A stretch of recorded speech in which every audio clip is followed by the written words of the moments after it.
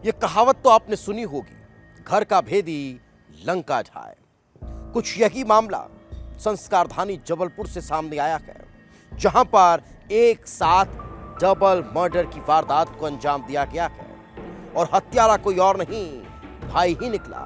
यही कारण है कि अब इसको लेकर सवाल खड़े हो रहे हैं कि आखिर कैसे एक भाई अपने की भाई की जान का दुश्मन बन जाता है, कैसे एक भाई इतना हैवान हो जाता है जो अपने की भाई का खून का प्यासा हो जाता है और उसे मौत के घाट उतार देता है।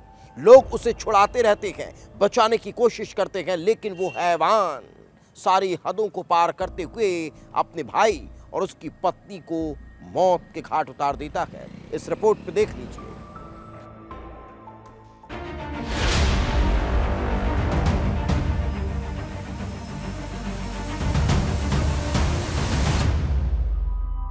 तारीख 24 अक्टूबर 2025, जगह जबलपुर, वारदात डबल मर्डर। जबलपुर शहर के बल्दीकुरी दफाई इलाके का ये वीडियो सोशल मीडिया पर जमकर वायरल हुआ। जिस किसी ने भी ये वीडियो देखा उसकी रूह कांप गई, क्योंकि वीडियो में एक शख्स बर्बरतापूर्वक दूसरे व्यक्ति पर चाकू से वार कर रहा था। वो शख्स पहले उस व्यक्ति को घर से निकालता और एक बार चाकू से वार करता है, तभी घर के बाहर आकर महिला वहां बीच बचाव की कोशिश करती है, लेकिन गुस्साया हुआ वो शख्स एक नहीं सुनता और उस व्यक्ति पर बार बार चाकू से हमला करता है। 2 चाकू सीने में घोंपता है तो 2 चाकू पीठ पर मार देता है। स्थानीय लोग उसे पकड़ने की कोशिश कर रहे हैं।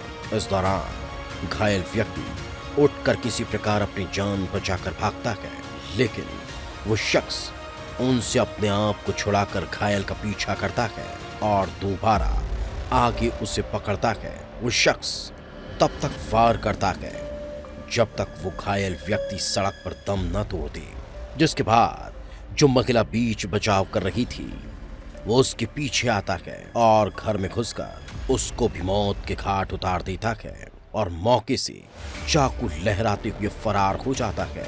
इस घटना ने मोहल्ले में दहशत फैला रखी थी।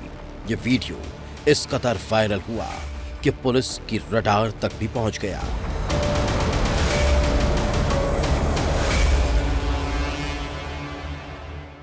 छोटे भाई बबलू पर इस कदर खून सवार था कि उसने अपने बड़े भाई पर न केवल चाकुओं से हमला किया बल्कि उसे गली में दौड़ाया भी। यहाँ जिस समय मैं खड़ा हूँ ये इस क्षेत्र का एक तिराहा छोटा सा, लेकिन ये घटनाक्रम यहाँ पर आप देख सकते हैं कि खून के धब्बे यहाँ पर साफ तौर पर इस बात की गवाही दे रहे हैं कि किस तरीके से इस पूरे जघन्य हत्याकांड को अंजाम दिया गया है। और इस घटना स्थल से तकरीबन 50 मीटर की दूरी पर घर है, यानी वहाँ से संजय जो है अपनी जान बचाने की कोशिश कर रहा था और यहाँ तक वो दौड़ के आया, लेकिन उसके बावजूद भी बबलू ने उस पर चाकुओं से ज़बरदस्त हमला किया।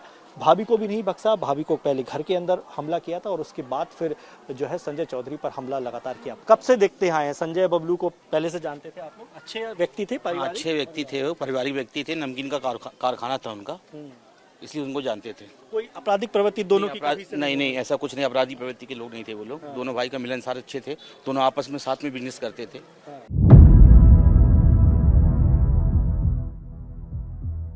इस वीडियो में आपको जो लोग दिखाई दे रहे हैं वो कोई क्रिमिनल नहीं है, बल्कि एक ही परिवार के सदस्य हैं। जो शख्स चाकू से वार कर रहा है वो बबलू चौधरी है और जिस पर वार किया जा रहा है वो उसका बड़ा भाई संजय चौधरी।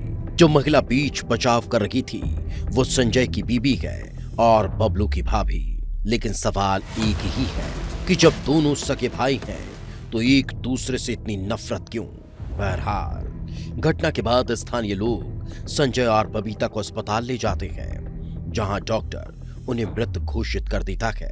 इस दौरान पुलिस भी अस्पताल पहुंचती है और स्थानीय लोगों से बयान लेती है। प्रत्यक्षदर्शी उन्हें पूरा घटनाक्रम बताते हैं, जिससे पुलिस को एक बात तो साफ हो जाती है कि हत्यारा कोई और नहीं बल्कि संजय का छोटा भाई बबलू ही है। लेकिन सभी के मन में एक ही सवाल था कि इतनी बर्बरतापूर्ण तरीके से हत्या क्यों? एक भाई ने आखिर अपने ही सगे भाई की जान क्यों ले ली?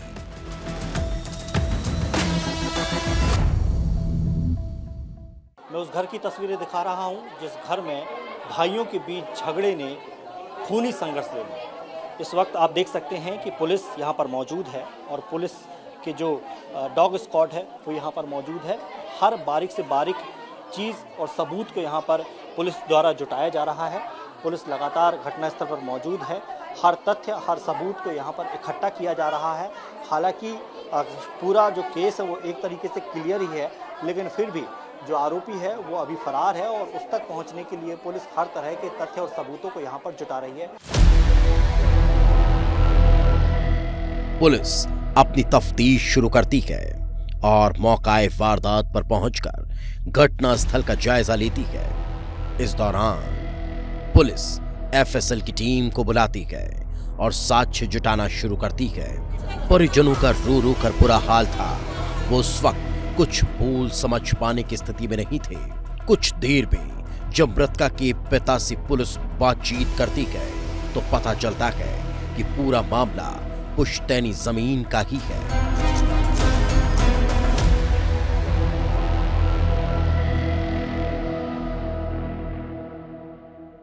जानकारी उनको बच्चे हमने ले गए थे, वो बाल कटाने में ले गए नाती के अपने, जिनको ले गए थे। कैसे उनको स्कूल है, आज से उनको मेरे बाल कटवा दे। अब हमारे बच्चों को बोले पापा जल्दी चलो वहाँ पे मारे हैं, और हमें नहीं मालूम, बोले दामाद जीजे लोग को मारे हैं और हमको नहीं मालूम किसने मारा है। बच्चों को थोड़ा टाइम लगेगा, ना वो दो मिनट रुक जाइए, चल रहे तो ठीक है। फिर हमने आज तो अब इन दामाद लोग को कौन लेके आया कौन नहीं हमको नहीं मालूम। दरअसल बबलू चौधरी और उसका बड़ा भाई संजय चौधरी पैतृक मकान के 2 हिस्से कर रहे थे और मकान के पीछे जो उनके दादा की जमीन थी उस पर संजय ने मकान बनवा लिया था। लेकिन बबलू को ये नागवार गुजरा। बबलू का कहना था कि दादा की जमीन पर उसका भी हक है और इसी सिलसिले में दोनों भाइयों के बीच तकरीबन 1 महीने से विवाद हो रहा था। कई बार तो विवाद इतना बड़ा कि पड़ोसियों को आकर मामला शांत कराना पड़ता था। लेकिन एक दिन बबलू अपना आपा खो बैठता है और इस रूह कपा देने वाली घटना को अंजाम देता है।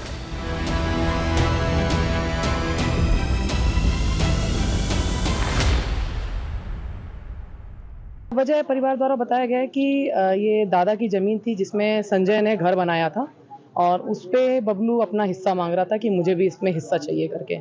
साल भर पहले दोनों का हिस्सा बंटवारा हुआ था, तो एक साइड संजय रहता था, एक साइड बबलू रहता था।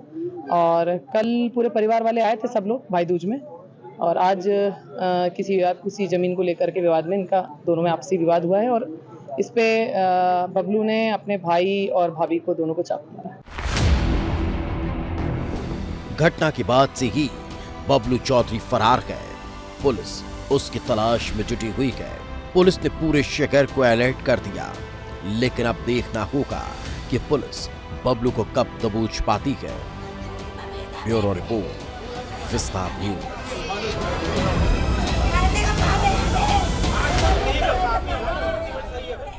सभी लोगों का एक ही मत है कि 2 भाइयों का प्रेम जो बचपन से एक साथ खेले बड़े हुए, सारा दुख संघर्ष उन्होंने साथ में देखा होगा, परिवार की स्थितियां देखी हुई, लेकिन आज केवल एक ज़मीन के छोटे से टुकड़े के लिए एक भाई दूसरे भाई का हत्यारा बन बैठा।